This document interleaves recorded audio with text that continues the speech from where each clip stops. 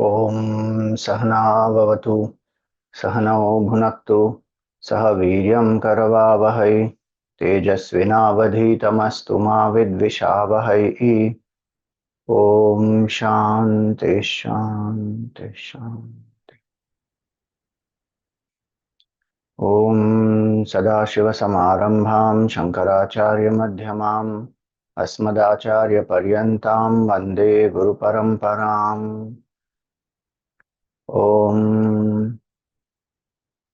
नमस्ते अस्तु भगवन् विश्वेश्वराय महादेवाय त्र्यम्बकाय त्रिपुरान्तकाय त्रिकाग्निकालाय कालाग्निरुद्राय नीलकण्ठाय मृत्युञ्जयाय सर्वेश्वराय सदाशिवाय श्रीमन्महादेवाय नमः। ॐ समस्तजनकल्याणे निरतं करुणामयं नमामि चिन्मयं देवं सद्गुरुं ब्रह्मविद्वरम्। Hari Om, salutations to all. So, we are on the last Jyotirlinga. Vaidyanatham Chitabhumau Nagesham Darukavane Setubandhe tu Ramesham Ghushmesham cha Shivalaye. So, this is the 12th Jyotirlinga and that is called Ghushmeshwara. So, where is this? Ilapure Ramya Vishalakesmin Samullasantam cha Jagadvarenyam Vande Mahodaratara-swabhavam Ghushmeshwarakyam Sharanam Prapadye. So, Ilapura means near Ellora. Ramya Vishalakesmin, in a very beautiful temple. Samulla Santam cha Jagadvarenyam. Bhagwan is worshipped there, whose nature is very generous. Maha Udara Tarasvabhavam. And who is worshipped by the whole world, Jagadvarenyam. I salute that Supreme Lord, who is Ghushmeshwara, and I take refuge of Ghushmeshwara. So this Jyotirlinga is very close to the Ellora caves and the Kailasnath temple there. And one belief is that there is another place also. So Ellora, all of us know, in Maharashtra near Aurangabad. So Ajanta and Ellora. So Ellora has one of the most beautiful temples, is Kailasnath temple. On the way to that, before it will come, Ghushmeshwara. And so here it is said that Verul, in Verul it is, this present temple was built by the grandfather of Shivaji Maharaj, Shri Malloji Raje Bhosle. And its Jeernodhar was done by Ahilyabai Holkar. Jeernodhar means when the decline of the temple happens and once again it is Punar Pratishtha, etc. is done. So then that was done by Ahilyabai Holkar. So there's also one other place where people worship Ghushmeshwara, and that is in this place in Rajasthan, near Savai Madhopur, in Shivad Gram. That Shivlinga also people call it as Ghushmeshwara, because this Ghushmeshwaram to Shivalaye. At Shivalaye over time becomes Shivadaye. So the Shivada is a place in Rajasthan. So many people think now that also is Ghushmeshwar. And because it is surrounded, because it is near a pond, so they think that that is the Shivalaya. because that in the Ghushmeshwar story you will see there's one pond, and so they think that this Shivalaya, what is mentioned in the shloka, is that Shivada, and there's a pond and the linga is there. So this is Ghushmeshwar. And there is a Parvat also there called Devagiri. So whatever we see connected to the Maharashtra Shivalinga, Jyotirlinga, a pond, Devagiri Parvat, and the linga, all the three are there. And so people worship that also as Jyotirlinga. This specifically here in the Shiv Puran, it is mentioned about the linga in Maharashtra. So now, what is the story behind this? So there is a Devagiri mountain. Even if you go now, there the Devagiri is there, and there is a Daulatabad fort and all that there. So Devagiri Parvat, and near that Devagiri Parvat, there was one Brahmana who is born in the Bharadwaj Kula. His name is Sudharma. So this Brahman is very tejasvi, very devoted to the Veda, does the Sandhya Vandan 3 times in the day, Trikala Sandhya, and he is a devotee of Bhagwan Shiva. And his uh, wife is Sudeha. And Sudeha also is very devout. She also worships Bhagwan, and she is very efficient, takes care of the house also very nicely. And this Sudharma, he worships. He is a Brahmana and very well to do. He is prosperous. It is not that he has poverty and he doesn't have money, etc. He is well to do, prosperous, he is very generous, very kind also. And it is said here that every day he would do Nitya Agnihotra, and whatever the Vedas have said, that path he follows. So that's the nature of a Brahmana is supposed to be, that to follow the path shown by the Vedas, to live in yajna and yaga, to do the rites and rituals and help others to do that. Adhyayana and Adhyapan, to study the Vedas and to teach. And one lives on the Dakshina and also engages in Dan. All this the Brahmana is doing. Now, he is a teacher also, he has Shishyas also. So all, whatever we just enumerated as the duties of a Brahmana, he was doing all of them. And very pious, full of good values. And every day he also worships Bhagwan Shiva. So, lot of bhaktas of Shivji also are around him and they are very happy with him. Now, they did not have a child.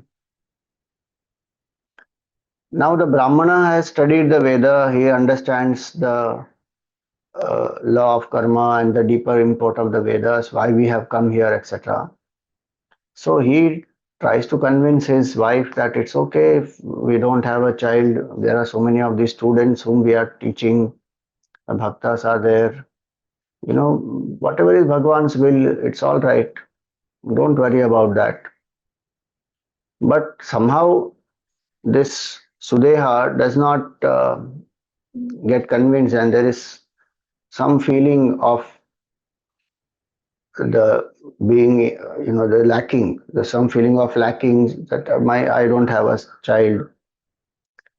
And some people in the society are always there who will hurt us, who will taunt us.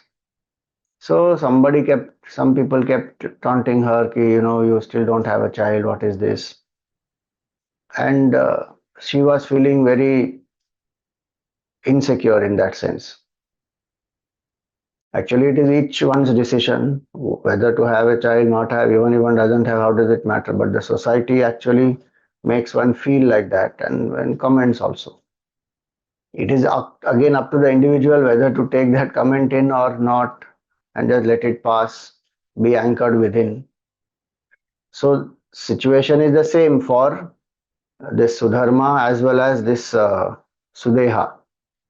Sudharma doesn't get affected and he anchors himself in the knowledge of the Veda. In Bhakti, Sharanagati, this is Bhagwan's will, it's all right. But Sudeha gets affected.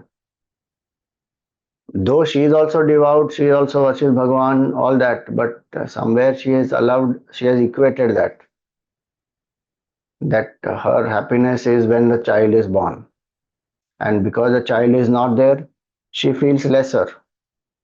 And then the society is commenting, and then that she feels more hurt.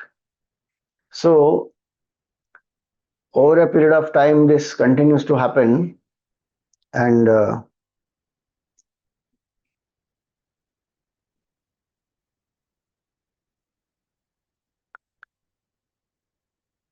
Sudharma, Sudeha comes up with a plan.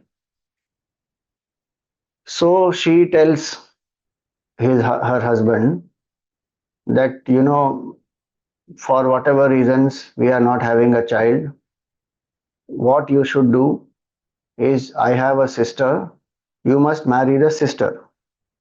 Now the sister's name is Ghushma. So you should marry the sister, and maybe a child will be born through her, and this lack, this emptiness which is there will be fulfilled.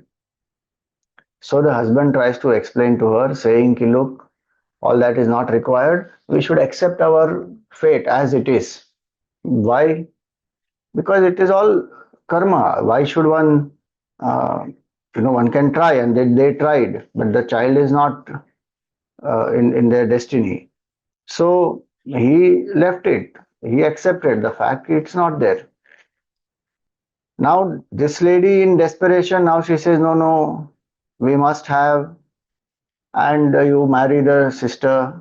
So he again tries to explain that, see, as of now you love your sister and you are saying this out of your good feelings for her and your love for her, and when a child will be born to her, you will feel much more worst.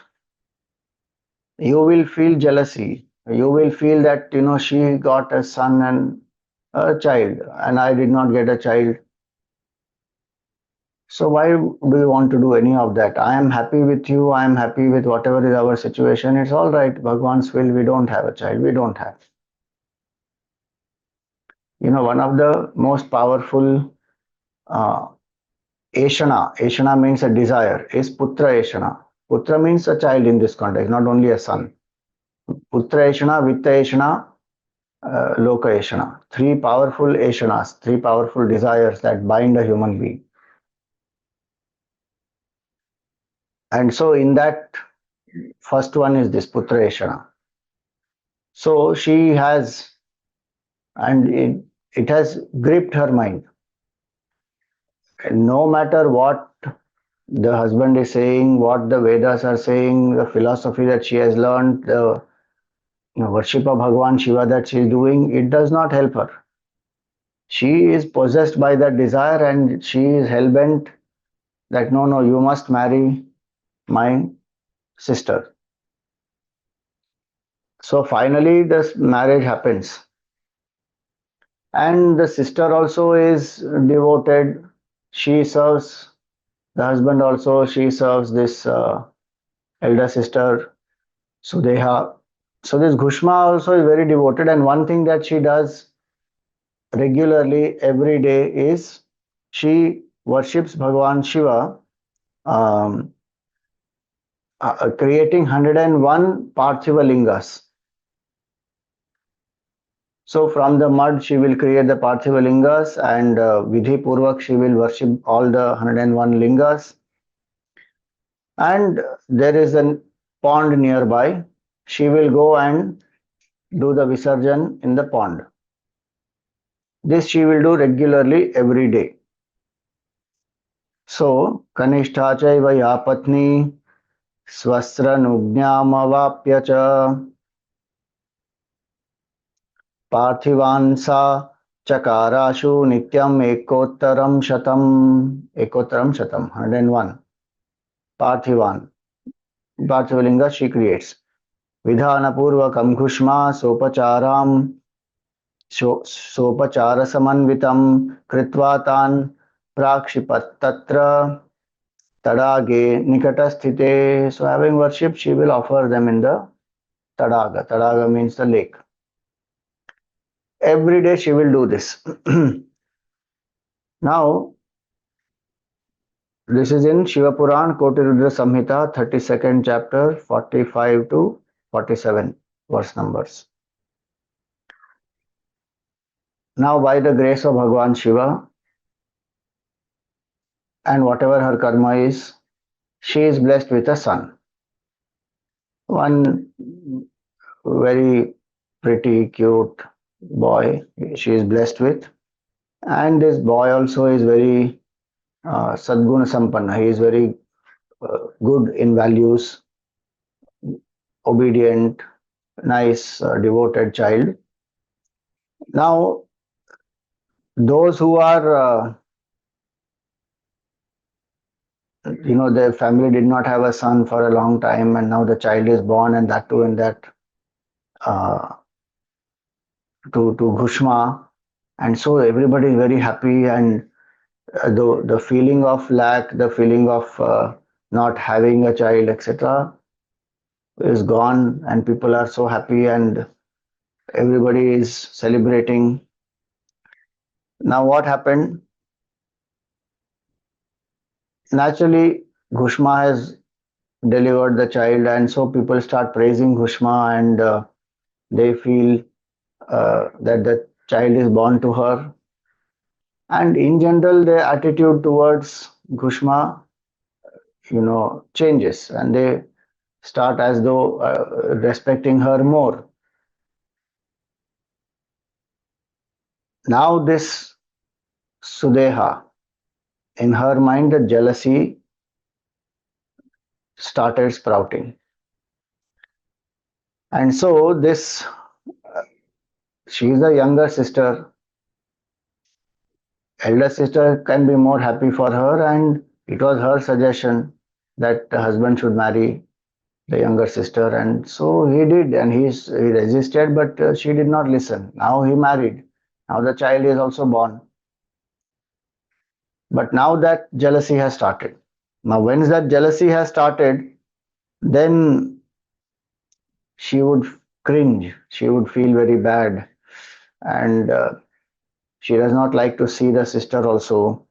And as the child kept growing, slowly this jealousy also keeps increasing in her, because now the child is virtuous, the child is being showered with a lot of love and affection, and people are praising Ghushma also that your son is so good and he is so noble, so virtuous. Now all this he keeps feeding her jealousy.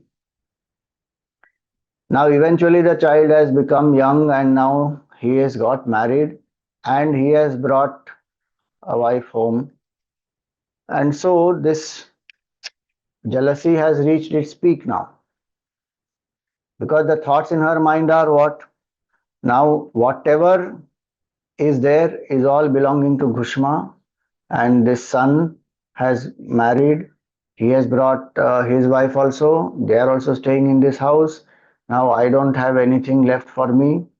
Whatever little I had, that also now these people have taken. Now, the whole house also belongs to them. Now, this way, she is building up in her head.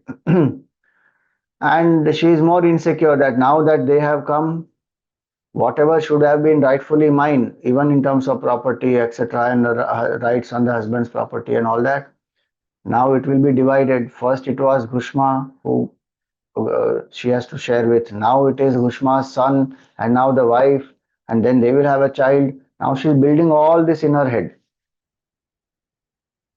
Now, as a result of this, what does she do?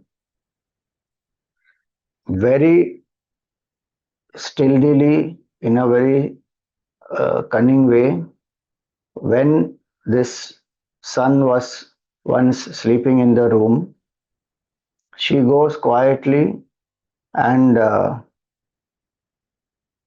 she kills him. Literally, she kills the son, cuts him into pieces, and this is all happening in the night. Takes all those pieces and puts in the lake, and quietly comes back, goes to sleep. Now, next day morning, as usual, so Ghushma has got up and she is doing her Parthiv Pujan. Sudharma has got up, he is doing his Sandhya Vandan, etc. This wife of the son, she turns and she finds, oh my god, this whole bedsheet is filled with blood and there are some few body parts left. And she is very scared that what is this and where is my husband? And she goes around looking and she can't find. So she is panicking. And this at that time, this Sudeha also gets up. Now, Sudeha, when she gets up, she is acting normal as though nothing happened. And this girl, the wife, she goes and she tells Sudeha that you know what has happened because she can't find the husband and she sees Sudeha and she says, my husband is missing and oh, have you seen? She says, no, no, I've just got up and all that. So she goes to Ghushma. Now, when she goes to Ghushma, she is already in tears, devastated. The Sudeha also comes with her, acting devastated. And when they go there, they see that Ghushma is doing the Parthiv Pujan of Shivlinga. So the daughter-in-law expresses that, you know, my husband is not there and I found these body parts and this whole bedsheet is stained with red color and the blood. Have you seen what has happened? And she is crying, weeping, wailing. But this Ghushma is not disturbed. She continues to do her Parthiv Pujan because she has to finish that and her mind is fully into that. And same thing with Sudharma also. The Sudharma also is doing his worship. It doesn't get disturbed. Both of them are absorbed in the puja. Not that they are not listening, they are listening, but they are not allowing the mind to be disturbed, and that puja has to happen. So she, the daughter-in-law, she is sitting there. That okay, now when this puja will happen, and then we will see. And he is sitting and crying there. This Ghushma finishes her puja, takes the Parthiva lingas. As usual, what she has to do, she goes to the lake, to the pond, and she offers the Shivalingas there. And she is thinking in her mind that the Lord who blessed me with the son will protect my son also. With that bhav, she is sitting there in the puja, she is not allowing her mind to be disturbed. When she is sitting for the puja, that is her exclusive relationship with Bhagavan, nothing comes in between. And so she has that Shraddha in the Lord that Bhagwan will take care of my son and this puja is important. I will finish this, then attend to it, whatever it is. I will attend to it. It's not some dire emergency that everything has to be left now. Another 15-20 minutes, the puja will get over. And so she said in her mind, I don't want to be disturbed. And she is sitting there with the Shraddha in Bhagwan that the Lord, with whose blessings I have a son, will also protect my son. And he is the one who loves his devotees. He is the Mrityunjaya. He is Kala Kala. And so all the devotees, they who take refuge in him, Bhagavan protects them. And so she says that my devotion, it should not be disturbed. I will not allow my mind to be affected by this. And so she does the worship with full single pointedness. Situation is dire and it's like as though an emergency situation, but she has the Shraddha and after a few minutes what can be attended to. So she is not leaving the puja for that. Now, one example is given in this Shiva Puran is like a person who makes a garland.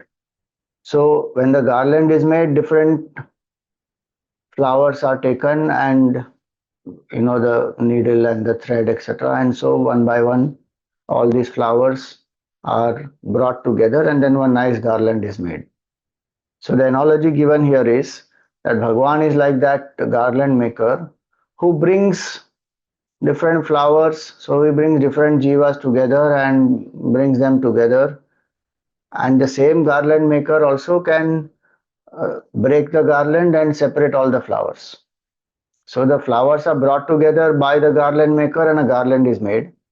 And if required, sometimes it happens, there are no loose flowers and then one wants to worship Bhagwan with some loose flowers, or some customer has come and wants to give loose flowers to the customer. Then you break the garland, again make it loose flowers and give.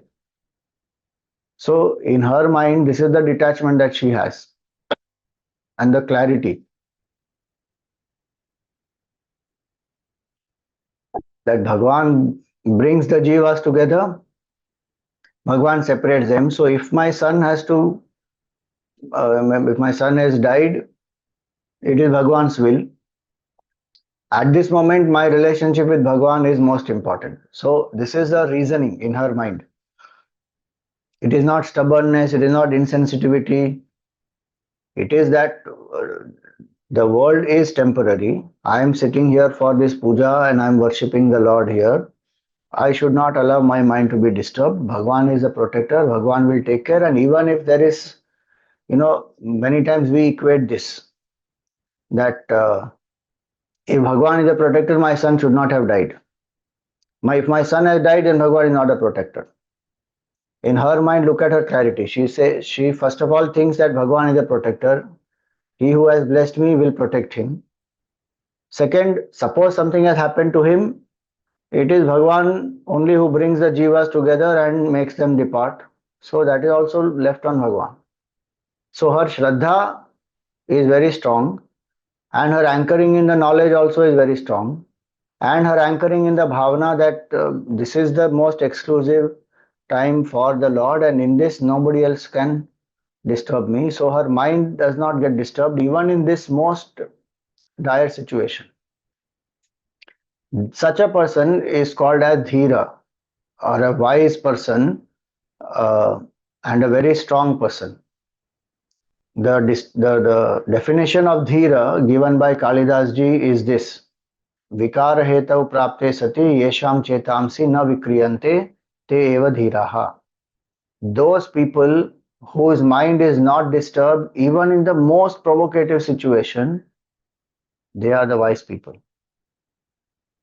And in the Gita, Bhagavan gives this explanation in the 14th and 15th verse of the second chapter. Bhagavan says that the pairs of opposites, they will come and go in the world. Agama apayana anityaha tam titikshasva. They come and they go. Heat, cold, pleasure, pain, success, failure, all this life, death, this will keep happening. Just bear them.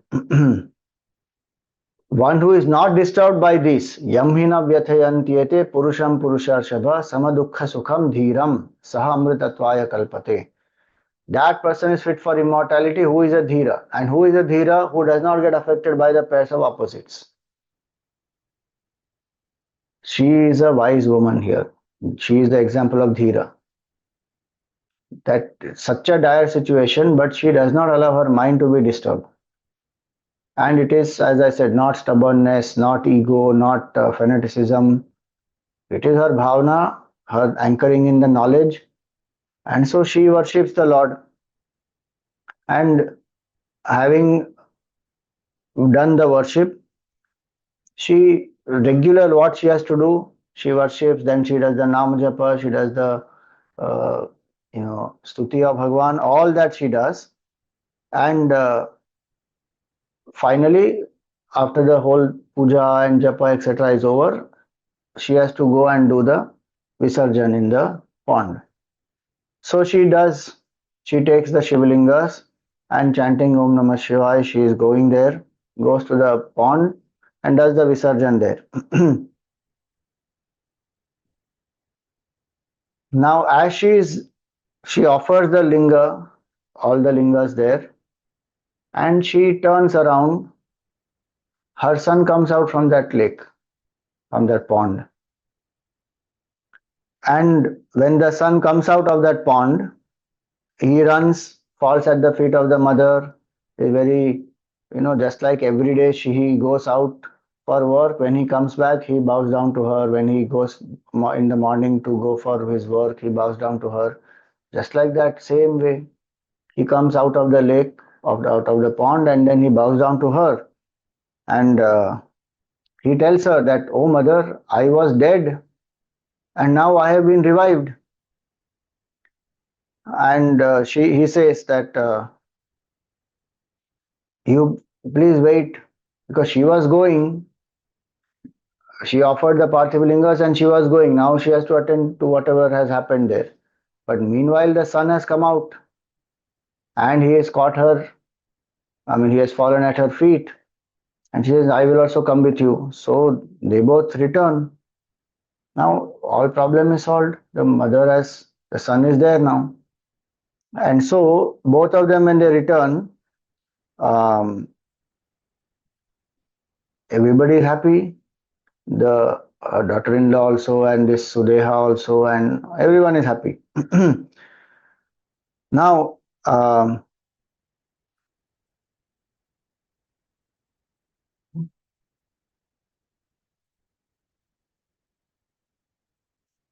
so in her mind, this Ghushma is the same. When the news of the son, his apparent death was given to her, she is anchoring in Bhagwan, and her mind says that Bhagwan will protect him. And if something has happened, that is Bhagwan's Leela. Now, when the son has come back also, her mind is anchored in the same thing, that it is Bhagwan's Leela only. Son is again back. There is no extreme elation, extreme depression, there is nothing of that. This is one learning, that a devotee is anchored in bhakti, and not that a devotee doesn't do what needs to be done. The devotee will do what needs to be done. In this context, the son has come back, blessing of Bhagwan Shiva.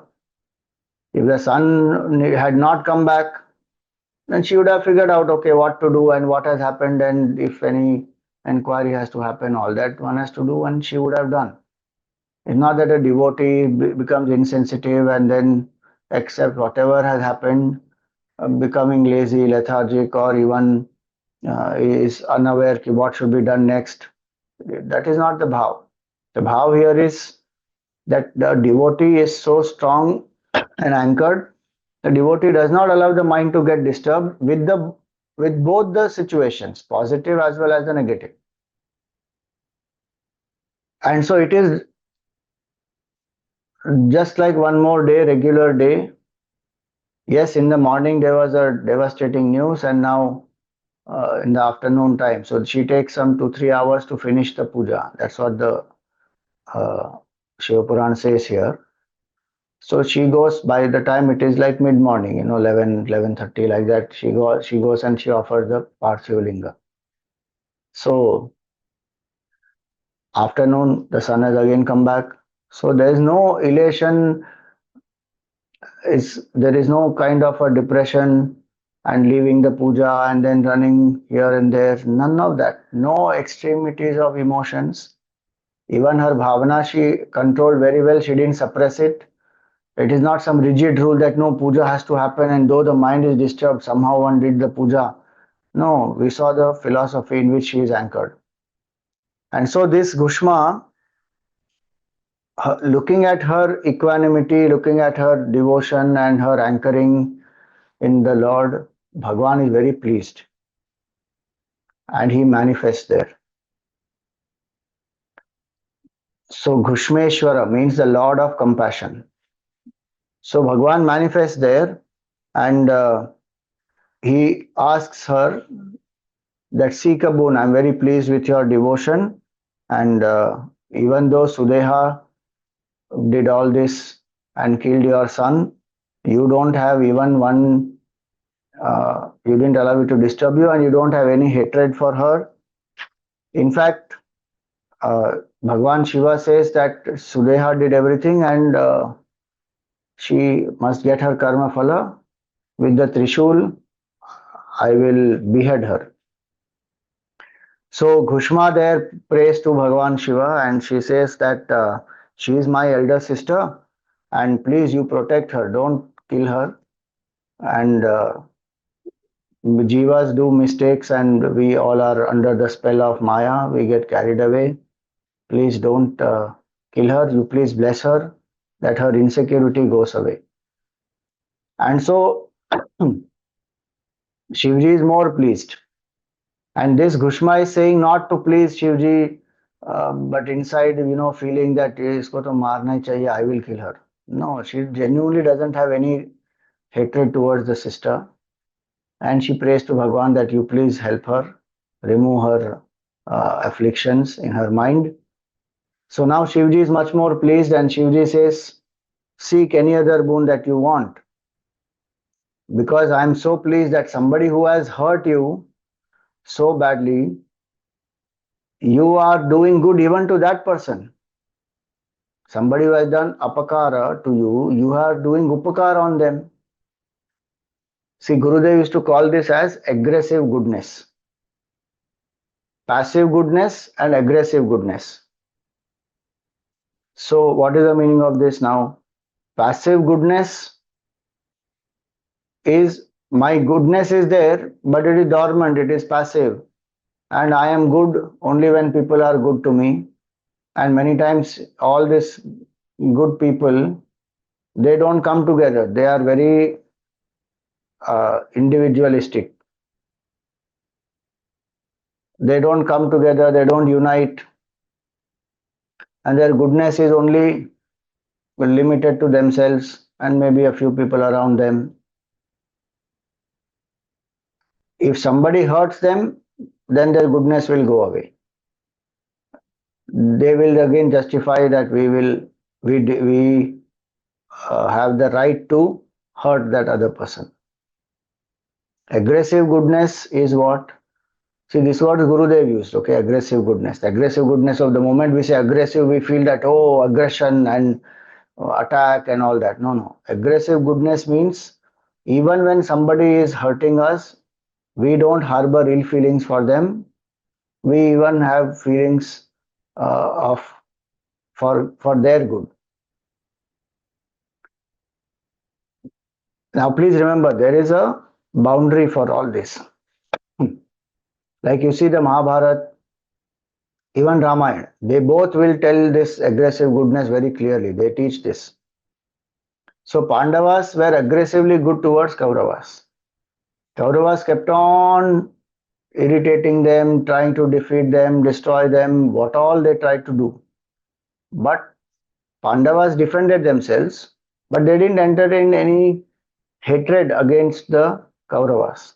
Yes, there is some pain, sorrow, and then they feel that injustice has been done, but they still accept. They are our family members, it's all right.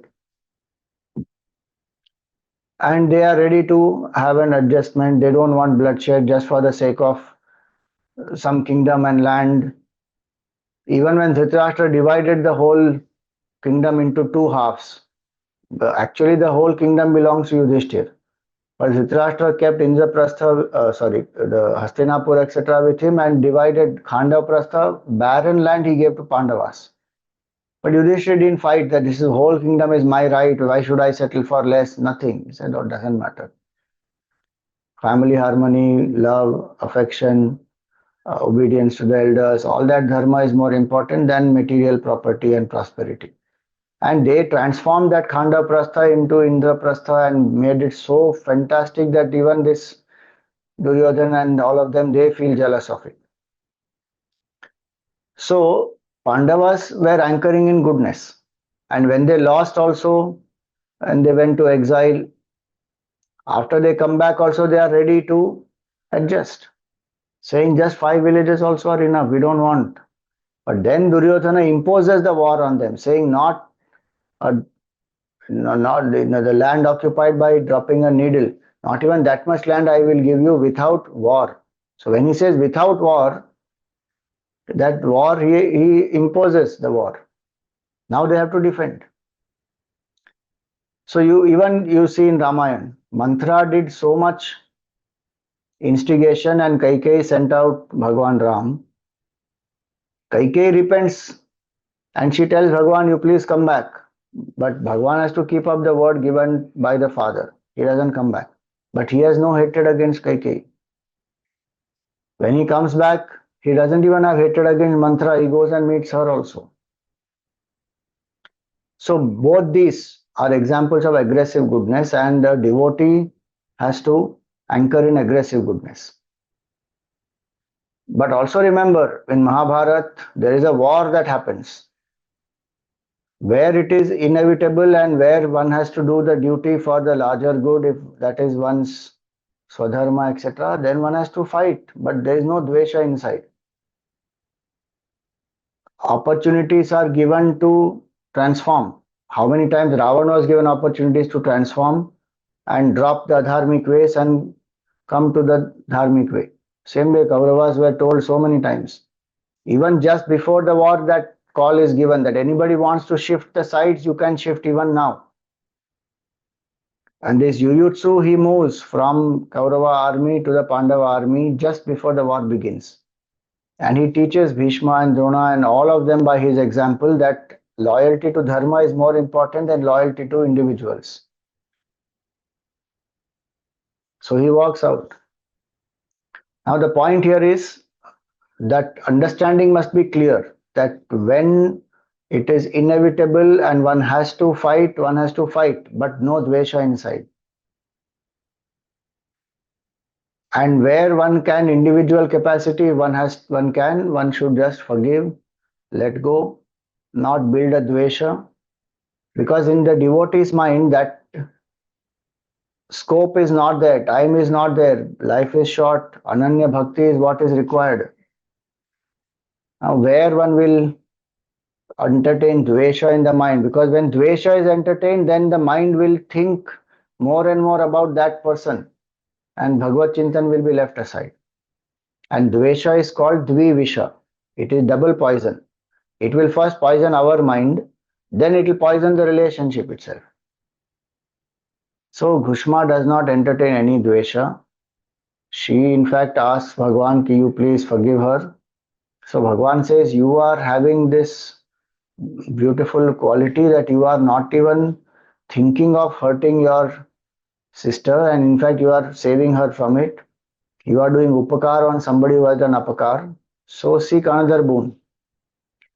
So Ghushma says that if you are so pleased with me, then you please remain here only in a form of a linga and bless everybody who comes here. And so that's what she says. Tava darshana matrena patakam naiva tishtati idanim tvam cha vai drashtva tat papam bhasmatam rajet. And she says that my sister will also see you, have your darshan. Her papa also will be destroyed. So she is thinking not only that sister should not be killed, but how she will transform also. This is aggressive goodness. That by your darshan, Mahapataka also gets destroyed. Definitely then my sister will see, her dvesha will get destroyed. I mean her feeling of lack, jealousy, all that. Guilt, now guilt etc. is there. All that will get destroyed. Apakareshu yaschaiva hyupakaram karoti cha tasya darshana matrena papam durataram rajet.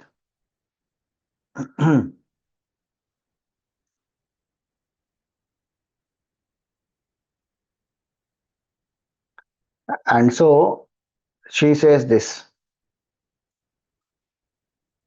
that those who have done apakara, whoever does upakara on them, even the darshan of such people will help to drop papa. Meaning, when we listen to such examples of such people, then we also get more Shraddha in the higher values of life like compassion, forgiveness, and all this has the relevance in this in the context of bhakti, because the mind of bhakta is for the Lord, surrendered to the Lord. And dvesha, raga, all that will take the mind away from Bhagavan. So values have a context, and the context of values and dharma is bhakti, sharanagati, atmajna. If you see, the vahana of Shivji is Nandi. Nandi is a bull, and in Sanatan Dharma, bull is a symbol, Rishabha is a symbol of dharma.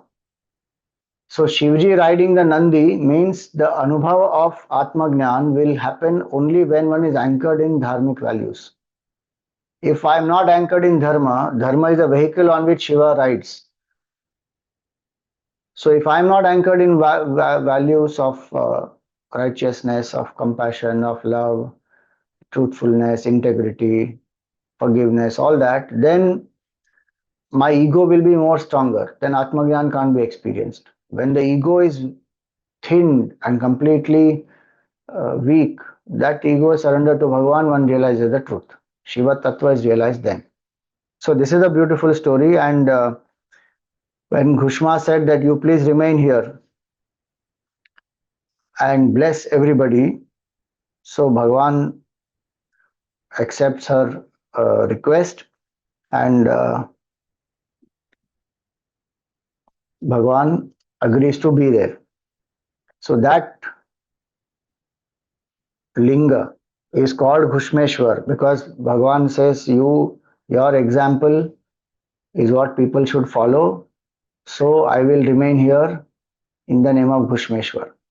She has also prayed that please Bhagavan, I want to be always associated with you. So Bhagavan says the Ghushmeshwar is the name of the linga. And the pond where she used to always do the Visarjan of the Parthiva linga. So he says that this pond will be called as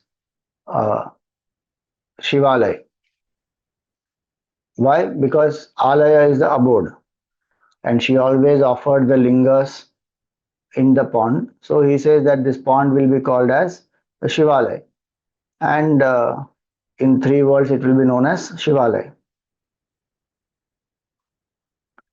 तदोवाच शिवस्तत्र सुप्रसन्नो महेश्वरः स्थास्येत्र तव नमा स्थास्येत्र तव नाम्नाहं घुष्मेशाख्यं सुखप्रदः.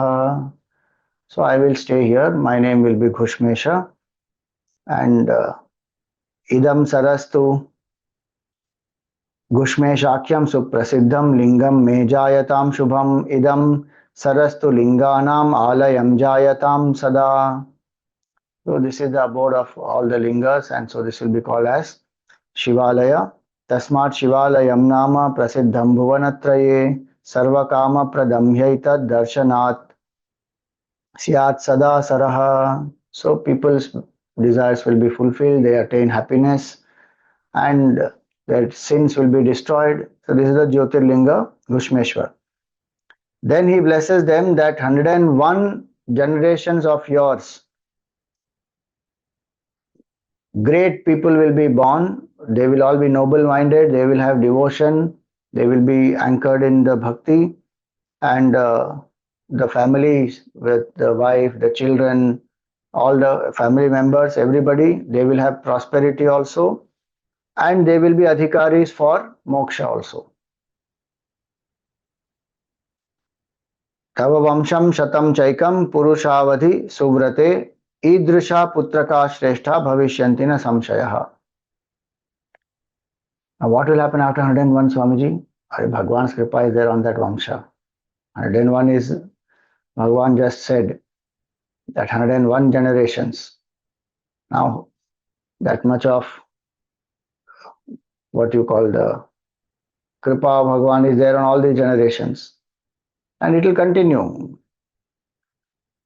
Now Bhagwan remained there as a Shivalinga, and he disappeared as in the form of a linga. He continues to remain there, and his specific form as Bhagwan Shiva disappears.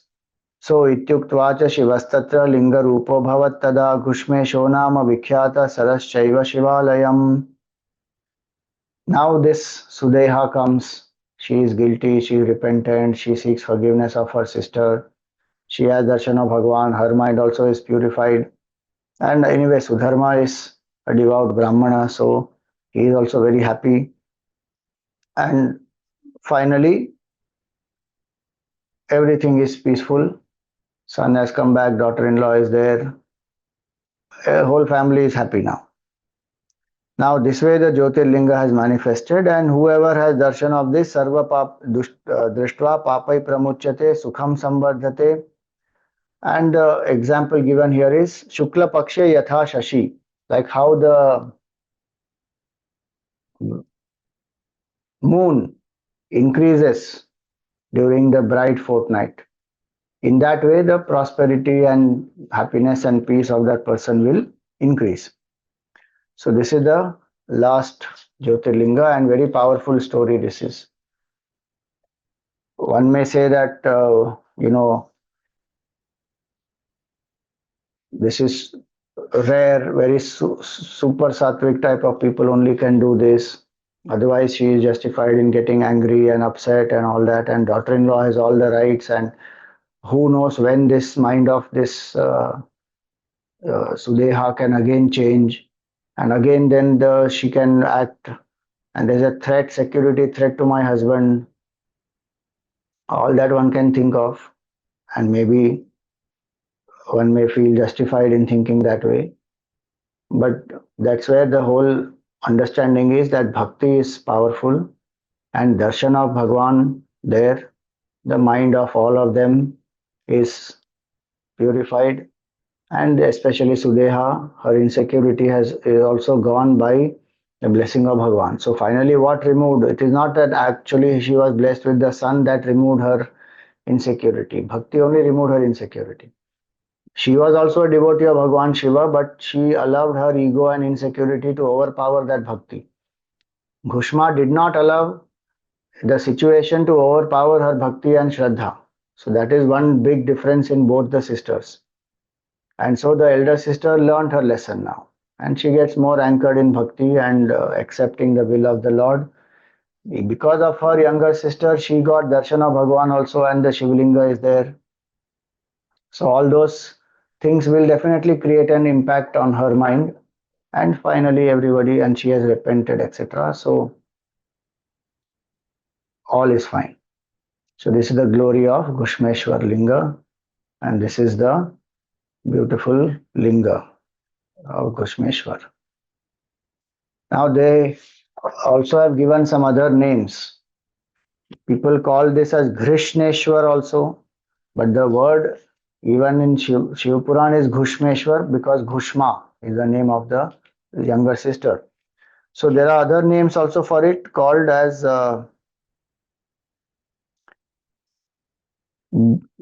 Grisraneshwar, Grishneshwar. These two other names also are there. But otherwise it is Ghushmeshwar. So this is the linga by itself, a beautiful linga with two yonis as though. But that's just a extra thing, that boundary that they have created. One inside and one outside. And then there's metal boundary here. This is with the decoration with just some garland and a few rose petals, and this is with much more alankar. So we will worship Bhagwan in this form today.